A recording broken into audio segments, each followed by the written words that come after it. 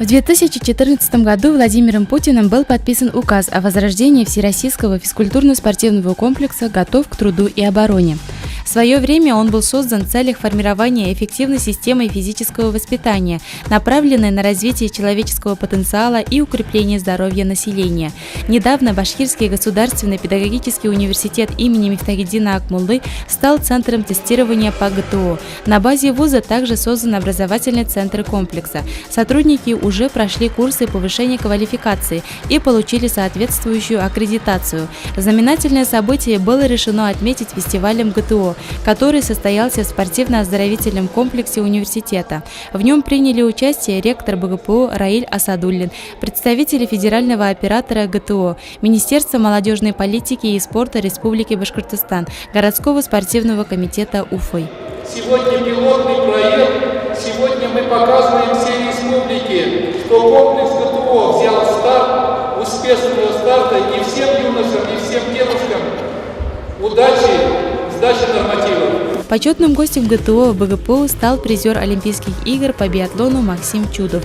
Наряду с другими участниками он тоже выполнил требования ГТО 6-й ступени. Участники соревновались в номинациях «Самый гибкий», «Лучший прыгун», «Победитель подтягиваний», «Победитель поднимания туловища из положения лежа на спине», «Лучший пловец» и «Лучший стрелок». Фестиваль проводился как личное первенство без определения призовых мест. Сдать нормативы могли все желающие уфимских вузов. В ходе беседы с главным судьей, деканом факультета физической культуры БГПУ Александром Костаревым удалось узнать будущие планы комплекса. Мы выбраны региональным центром тестирования по комплексу ГТО в Республике Башкортостан, поэтому сегодня мы опробируем, хотим узнать начальный уровень студентов, какая у них физическая подготовка и сколько мы сможем провести за это время в нашем спортивном комплексе людей. Отметим, что 16 марта студенческий спортивный клуб «Арслан» уже открыл 36-часовую программу по подготовке судей ГТО, а именно по нормативно-правовому и материально-техническому обеспечению, методике судейства отдельных видов испытаний, требованиям к оценке уровня знаний и умений в области физической культуры и спорта. Мы вывесили нормативы, сколько нужно на золотой значок, на серебряный и на бронзовый набрать результатов.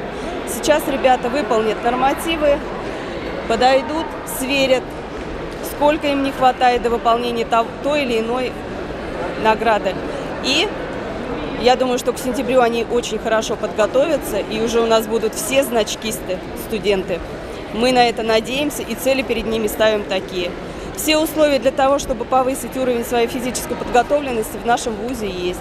Участники фестиваля высоко оценили усилия организаторов, признав полезность подобного рода мероприятий как для личного здоровья, так и для общества. И, конечно же, символ Башкирского государственного педагогического университета имени Мифтахиддина Акмуллы профессор Коттов тоже принял активное участие в сдаче ГТО. Все нормативы он сдал на отлично, только от плавания в бассейне отказался, ведь, как известно, воду коты недолюбливают. Значение такого мероприятия очень важное событие для молодежи в целом, особенно для студентов, так как у нас сейчас мало кто занимается спортом, и я думаю, надо больше проводить такие мероприятия, чтобы массово привлекать людей к занятиям таких вот спортивным. Молодежь с каждым годом становится все слабее и слабее. Спорт надо продвигать в массы, и вот нормативы ГТО, они положительно влияет вообще на то, чтобы нация становилась лучше. В здоровом теле здоровый дух. У человека, обладающего крепким физическим здоровьем, и дух, и разум должны быть здоровыми. Физкультурно-спортивный комплекс «Готов к труду и обороне» безусловно станет стимулом для приобщения молодежи к здоровому образу жизни.